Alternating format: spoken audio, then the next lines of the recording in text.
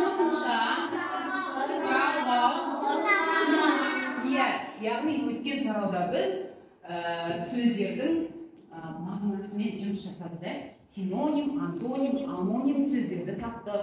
Сонымен бірге түбір сөз және қосымшалары жұрнақ, жалғаулықты ажыратуды үйрендік.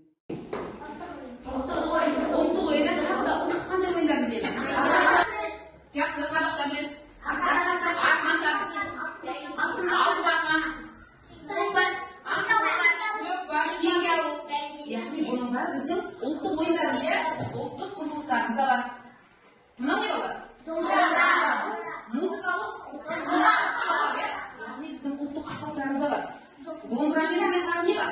Гитарамыздың ұлттық аспаптары сыбызғы, қобыз деген сияқты ұлттық аспаптарымыз бар. Біздің қазақтың ұлттық тағамдары да бар. Қандай тағам?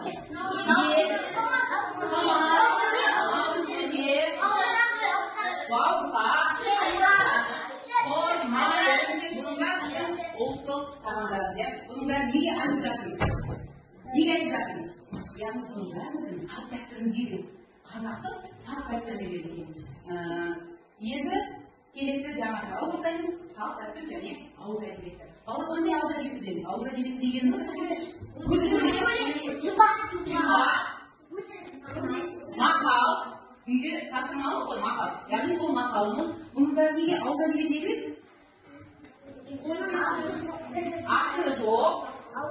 Иә, бір-біріне ауыз жеткен дүниелер болғандықтан мұны ауыз әдебиеті дейміз. Мына суретте суретке қарап қойыңдар. Бұл да біздің салт дәстүріміздің бірі. Бірінші суретте қараңызшы мені. Ат қойып жатыр балаға, ат қою, бесікке салу, тағы не көріп тұрмыз? Мына жердегі суретте. Сүндет тай дегеніміз міне. Яғни тұсау кесіп жатыр. Баланың тырқынан шығарып жатыр. Сүндетке отырғызып жатыр. Бұл да біздің салт дәстүрімізге кіреді екен. Асық аты ойнайды. Асық аты ойнайды. Қай түс? Күлдің түс пе? Ала ғой.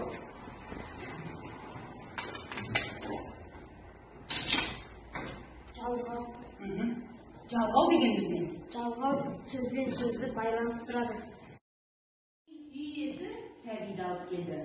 Сәбиге ат қою үлкен міндеттен Марқайдың атасы сәбиді қолына алды. Оның құлағына сенің атың Ержан деп үш рет айғайлады. Сонан соң үй иесіне қарай бұрылып, енді Ержанымды өз қолына алып, бесігіне барып жатқыз деді. Басқа қонақтар Ержанның өмір жасы ұзақ болсын деп тілектерін айтып жатыр. Марқайдың атасы қайда барды? Үйіне барды. Жақсы. Әрі қарай. Кім? Ержан. Кім? Оқса енді. Кім дегенге не жазылды? Кім? Нартай. Не дегенге? Төр. Тағы да. Не үй? Кім? Иә, кім? Атасы.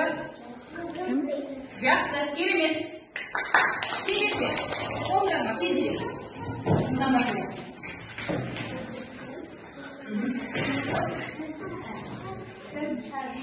Кім сәби? Кім? Ержан.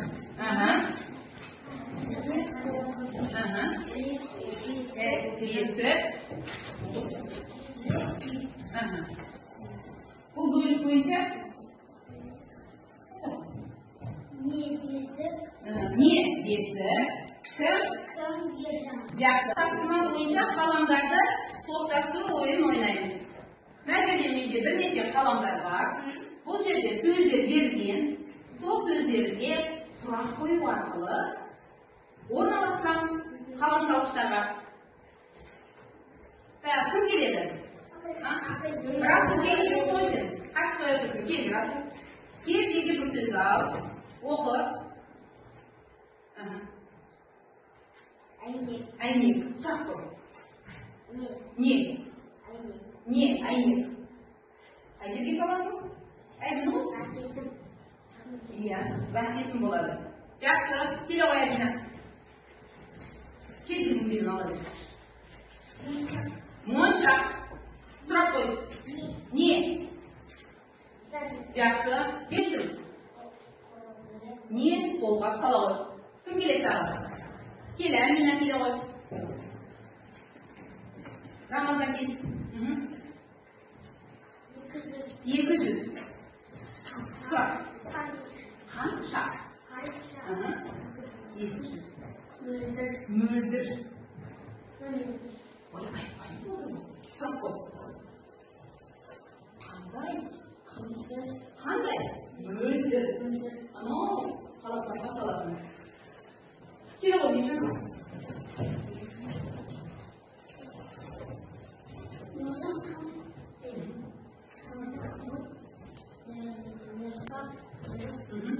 Топ.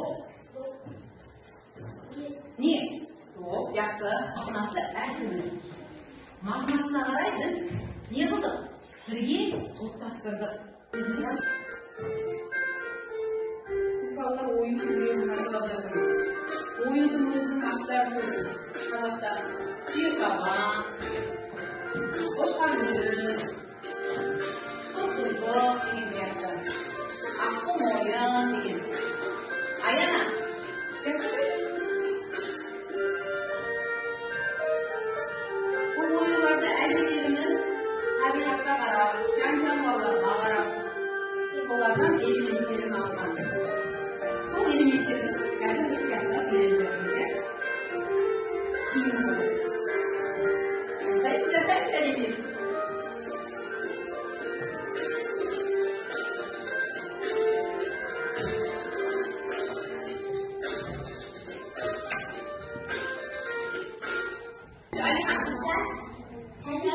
Жас баланы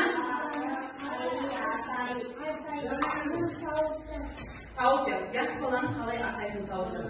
Біздің қазақта жас балаларды әртүрлі атпен атаймыз. Сол жерде мына жерде иә, үлгіде көрсетіп қойған сәби деп көп өткеннің орнына керекті әріпті қойып жазып бөбек, балапан, бөбек. Дәптерімізді ашамыз. Сәби, өтір ғой. Келесі сөзді. Әмина келе ғой. Келесі сөз қандай? Бөбек.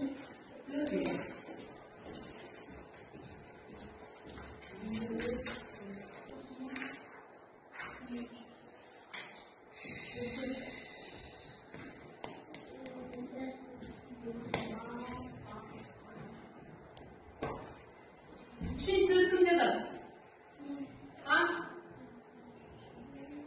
Осы суреттердегі зат есімге жауап беретін, кім не деген сұраққа жауап беретін сөздерді зат есімдікіне, не істеді, қайтты деген сұрақтарға жауап беретін сөздерді етістікке және саны бар мана адамдардың санын айтуға болады, тағы да. Сосын түстерді тауып сын есімге жазамыз, топтастырып. Жарай ма? Мынау картаны толтыру үшін осы суреттерді пайдаланамыз.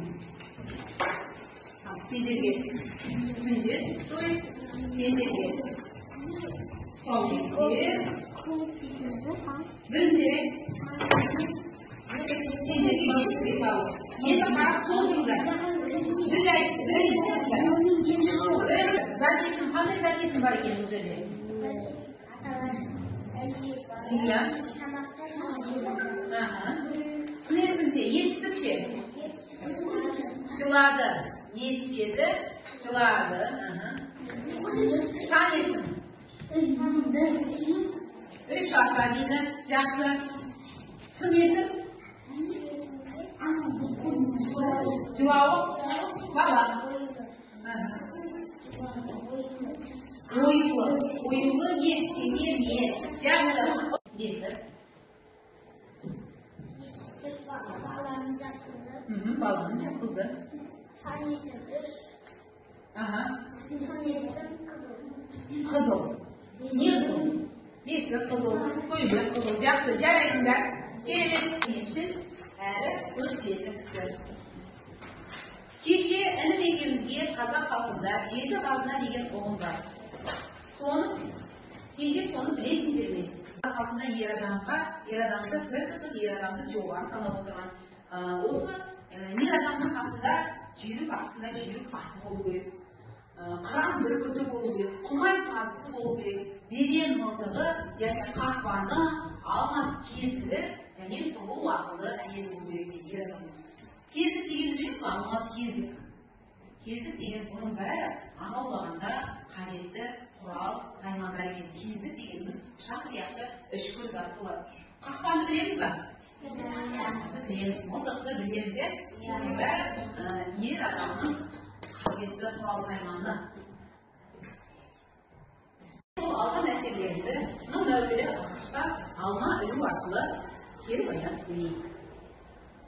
Жасыл түс, жақсы түсіндім деген. Қызыл түс. Түсіндім, бірақ кішкене біле айтарым бар деген. Ал сары түс, мүлдем түсінбедім деген білмейді. Ал келіп, бірінші топ келіп, өздерін кері байланыстарын біле бермейді.